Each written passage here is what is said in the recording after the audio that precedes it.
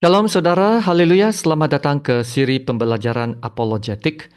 Kiranya kasih karunia dan damai sejahtera melimpahi Anda oleh pengenalan akan Allah dan akan Yesus Tuhan kita. Kita berada dalam siri kematian dan kebangkitan Yesus. Saya pernah disoal, kenapa Yesus perlu mati di kayu salib? Nah, saya tahu dia yang menyoal itu tidak percaya bahwa Yesus mati untuk dosa kita. Jadi, saya mengambil pendekatan yang lain untuk menjelaskan perlunya kematian Yesus untuk menyelamatkan manusia. Saya menyentuh tentang hidup yang melakukan hukum-hukum Allah. Hidup yang melakukan hukum-hukum Allah. Saya memberitahu teman saya itu, sekiranya seseorang itu memilih untuk hidup melakukan hukum-hukum Allah sebagai cara keselamatan untuk pergi ke surga, dialah orang yang paling terkutuk sekali. Paling terkutuk sekali. Mungkin beliau terkejut mendengar kenyataan itu. Saya menjelaskan lagi. Sekiranya Anda telah menetapkan untuk hidup melakukan hukum-hukum Allah, maka Anda harus menjadi sempurna. Sempurna dalam ketaatan dan kesetiaan Anda untuk melakukan segala hukum-hukum Allah. Dan saya mengambil pendekatan kebenaran ini yang dinyatakan dalam Galatia 3. Dalam Galatia 3 ayat 10 mengatakan ini. Kerana semua orang yang hidup dari pekerjaan hukum Taurat berada di bawah kutuk. Sebab ada tertulis, terkutuklah orang yang tidak setia melakukan segala sesuatu yang tertulis dalam kitab hukum Taurat. Menurut ayat ini, kalau seseorang memilih untuk hidup dari pekerjaan hukum Taurat, yaitu hidupnya memilih untuk melakukan hukum Taurat, maka ada dua syarat. Ada dua syarat. Oke, saya baca sekali lagi ayat ini dan dengarlah penekanannya ya. Terkutuklah orang yang tidak setia melakukan segala sesuatu yang tertulis dalam kitab hukum Taurat. Maka saudara, dua syarat yang diperlukan untuk hidup melakukan hukum-hukum Allah adalah kesetiaan dan melakukan segala sesuatu. Bermaksud, seorang yang beragama itu harus setia selalu untuk melakukan semua hukum-hukum Allah. Tak boleh kurang satu ya. Dan kesetiaan yang dituntut oleh Tuhan adalah kesetiaan yang sempurna. Ya, kesetiaan yang 100% mentaati setiap perintah Tuhan dan melakukannya. Dan saudara, hanya manusia yang sempurna dapat lakukan itu. Ya, hanya manusia yang sempurna yang dapat hidup dalam ketaatan dan kesetiaan yang 100%. Jadi saya pun tanyalah teman saya itu, apakah dia seorang yang setia dan sempurna dan selalu mentaati segala perintah Tuhan dan melakukan semua hukum Allah. Ya, sudah pasti susah sekali. Kalau kita tersilap atau terlepas melakukan satu saja hukum, maka kita sudah gagal. Kalau kita gagal melakukan perintah hukum Allah, maka kita sudah terkutuk dan harus dihukum. Itulah maksudnya terkutuk. Terkutuk karena kita tidak setia melakukan segala yang telah diperintahkan. Ya, saudara, ini adalah seperti menduduki peperiksaan sekolah ya setiap tahun sebelum kita dapat naik ke darjah yang seterusnya. Ya, masih ingatkah pengalaman dahulu menduduki peperiksaan setiap tahun? Bayangkan ini ya saudara, kalau Tuhan adalah guru besar dan peperiksaan itu adalah hukum-hukum Allah yang harus kita lulus penuh. Kita katakan harus ambil 8 hingga ke 10 mata pelajaran dan kita harus mencapai atau skor 100% untuk setiap mata pelajaran itu ya. Tak boleh kurang 1 poin. Mesti semua pelajaran itu, mata pelajaran itu 100%. Ya. Walaupun semua mata pelajaran dapat 100%, tetapi kalau ada satu pelajaran ya yang mendapat 99%, itu hanya kurang 1% saja, satu mata saja itu ya, itu sudah dikira gagal, yaitu gagal semua ya. Wah, begitu stres sekali kan? Sangat stres. Anda harus berusaha sedaya upaya untuk mencapai 100% untuk semua mata pelajaran.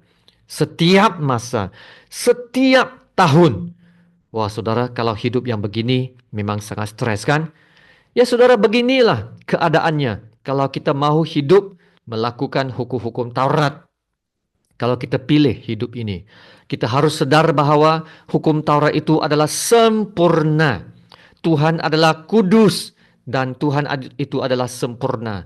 Maka kita memerlukan kesetiaan yang 100%, ketaatan yang sempurna dan melakukan segala perintah hukum Taurat. Mungkin Anda dapat melakukan semua itu dalam hari yang pertama, hari yang kedua, hari yang ketiga, hari yang keempat. Tetapi, bolehkah Anda melakukan semua itu setiap masa, setiap hari, setiap minggu, setiap tahun, seumur hidup Anda?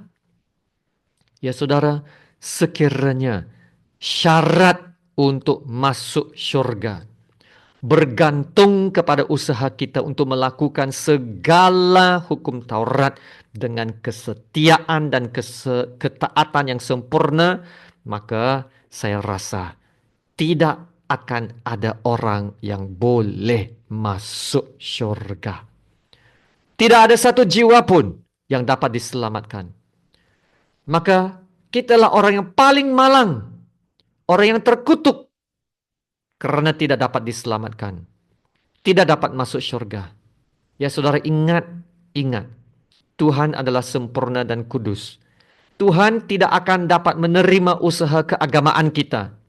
Karena ya sekejap kita buat baik, hidup beramal, tapi kemudian kita buat jahat, melakukan kesalahan. Nah itulah sebabnya Nabi Yesaya dalam Yesaya 64 ayat 6 berkata, demikianlah kami sekalian seperti seorang najis dan segala kesalehan kami seperti kain kotor. Wow, itulah maksudnya saudara Galatia 3:10 ini. Terkutuklah orang yang tidak setia melakukan segala sesuatu yang tertulis dalam kitab hukum Taurat. Tapi saudara, kita bersyukur selepas ayat 10 ini 3 ayat kemudian, yaitu Galatia 3:13 mengatakan Kristus telah menebus kita dari kutuk hukum Taurat dengan jalan menjadi kutuk karena kita. Sebab ada tertulis, terkutuklah orang yang digantung pada kayu salib. Haleluya. Saudara, perhatikan ayat ini. Kristus telah menebus kita dari kutuk hukum Taurat. Haleluya. Inilah berita yang terbaik. Kristus telah menebus kita dari kutuk hukum Taurat. Ya saudara, saya boleh mengucapkan kata-kata ini berulang-ulang kali. Kristus telah menebus kita dari kutuk hukum Taurat. Ini adalah kebenaran yang sungguh luar biasa. Yesus melakukan kerja penebusan ini melalui kematiannya di kayu salib. Itulah maksudnya digantung pada kayu salib. Yesus menanggung segala kutukan kita, kegagalan kita dalam memenuhi segala hukum Taurat di atas kayu salib itu. Yesus mengambil tempat kita. Apa yang tidak dapat dilakukan oleh manusia yang tak sempurna telah dilakukan oleh Tuhan Yesus dengan sempurna.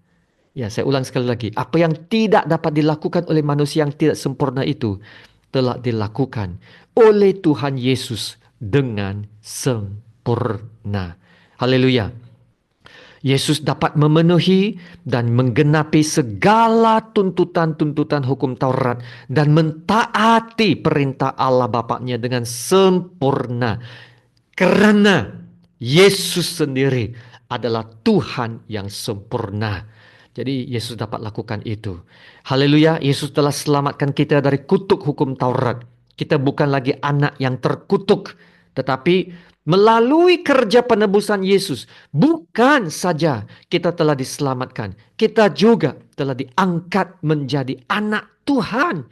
Saudara, inilah yang ditulis dalam surat yang sama, yaitu dalam Galatia 4 ayat 5 ini.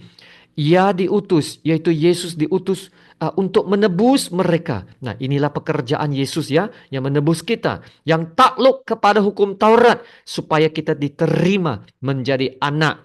Dan karena kamu adalah anak, maka Allah telah menyuruh roh anaknya ke dalam hati kita. Wow, saudara, sekarang Tuhan diam di dalam kita. Dan itulah yang melayakkan kita untuk berseru, Ya Aba, Ya Bapa. Wow, saudara, kita boleh memanggil Allah itu Ya Aba, Ya Bapa, yang menggambarkan suatu perhubungan yang paling-paling intim, yang paling dekat bersama dengan Tuhan. Allah pencipta, Allah semesta adalah Bapa kita. Haleluya. Dan ayat 7 lagi luar biasa. Dengan menjadi anak-anak Allah, kita juga adalah ahli-ahli waris oleh Allah. Ayat 7. Jadi kamu bukan lagi hamba, melainkan anak. Jikalau kamu anak, maka kamu juga adalah ahli-ahli waris oleh Allah. Haleluya, saudara, kita telah diterima menjadi anak. Dan kalau kita adalah anak, kita juga telah menjadi ahli-ahli waris kerajaan syurga. Amin. Terima kasih Tuhan Yesus. Mari kita berdoa. Bapa kami yang di surga, kami memuji dan menyembah Engkau, Allah Bapa yang maha mulia, yang tertinggi dan yang teragung. Terima kasih Bapa untuk firman kebenaran-Mu. Kami sangat bersyukur kami telah dibebaskan dari segala kutukan hukum Taurat. Terima kasih Tuhan untuk pengorbanan Yesus yang telah menghapuskan segala kutukan-kutukan kami. Kami tidak perlu lagi hidup di bawah kutukan dan penghakiman hukum Taurat. Kami sekarang dapat hidup di bawah kasih karunia dan anugerah-Mu ya Bapa.